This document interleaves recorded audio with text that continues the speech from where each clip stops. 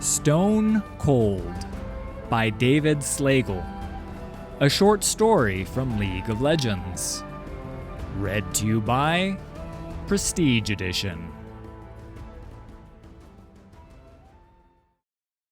I wake up suddenly, like a story that starts in the middle of the action. The song. I heard it. "Willump!"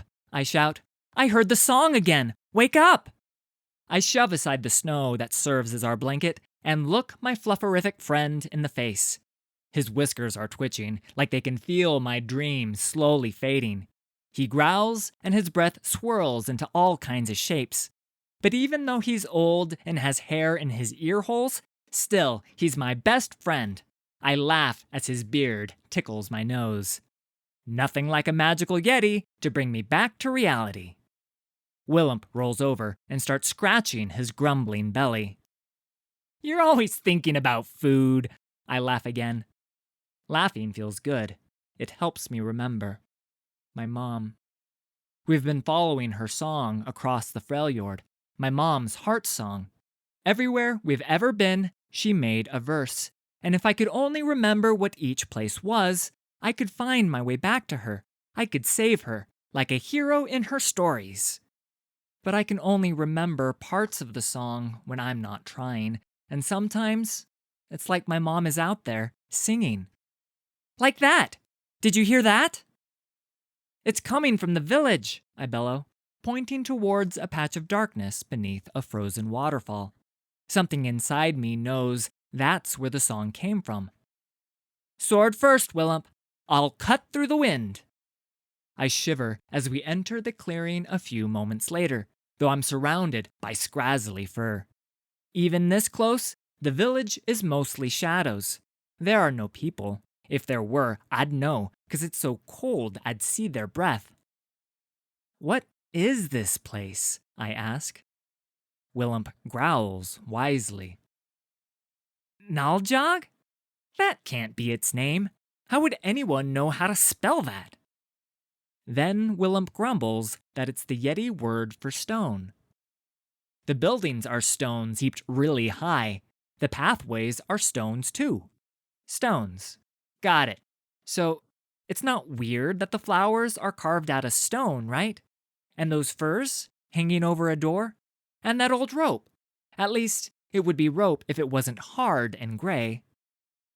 "Is everything around here stones?" I ask.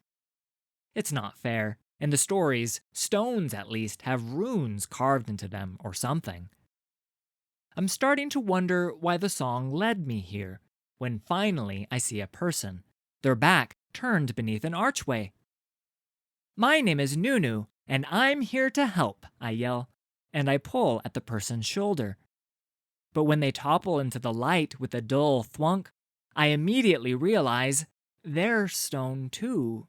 And beyond the archway are all the missing people from the village, huddled together like statues.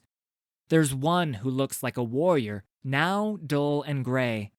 There's a farmer and his wife holding each other tightly, like they were carved from one slab. A little girl, a pebble beside them. It's a curse, a real one. "Willump," I say, "we gotta do something." That's the thing about Mom's songs.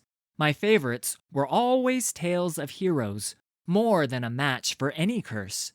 With the lessons I learned, we can save these people, right? I have to believe. Otherwise, how am I gonna save her?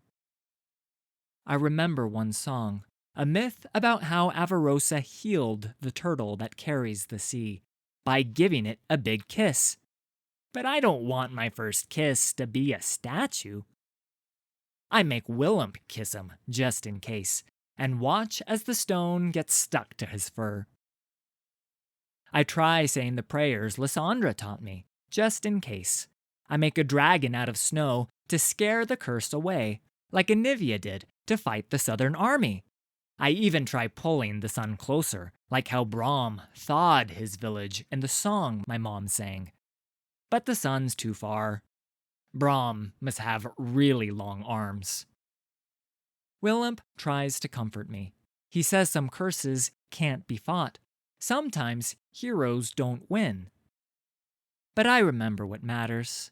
I can feel it, even though my mom is missing, our caravan buried in snow.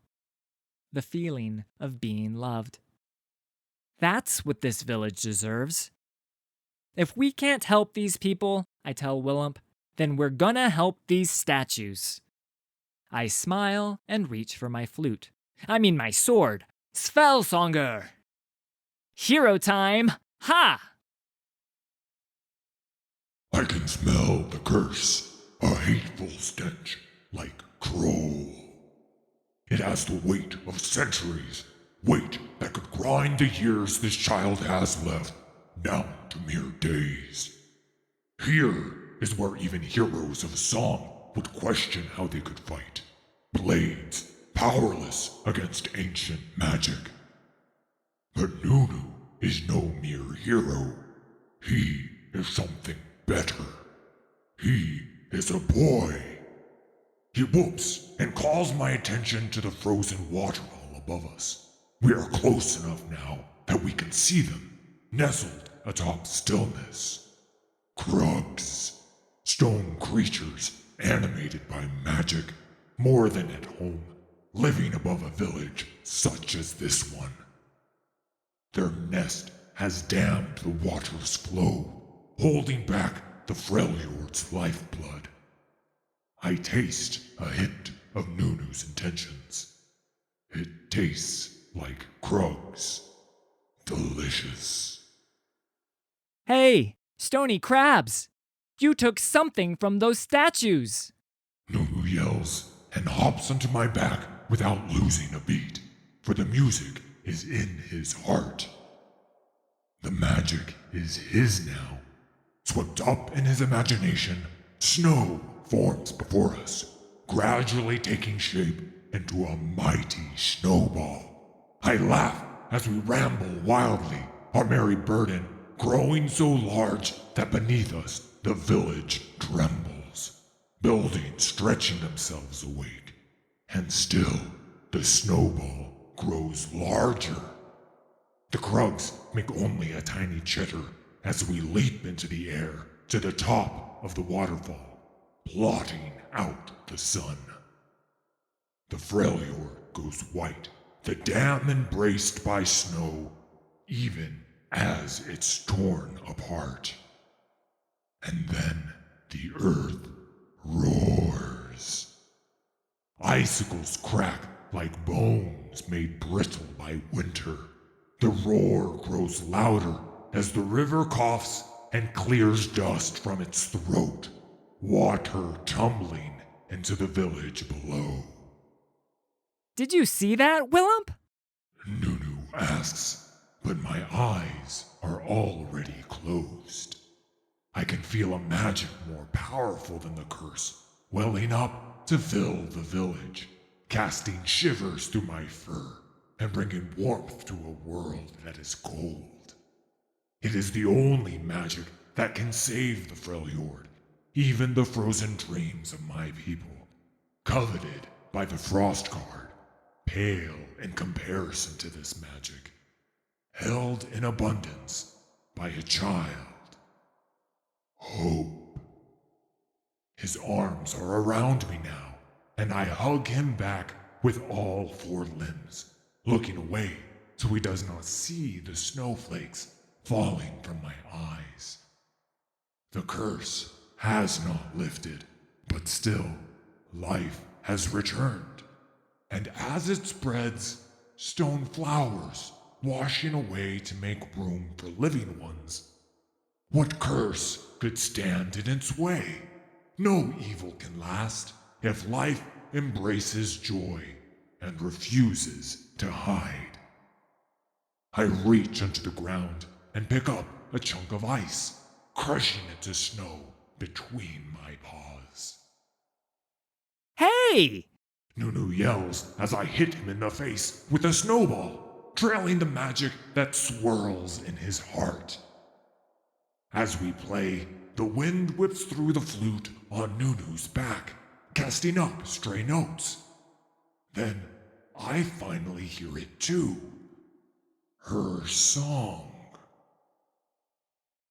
Where waters once roared, winds whisper to stone. In shadow, Naljog lies, silence sings, hope survives.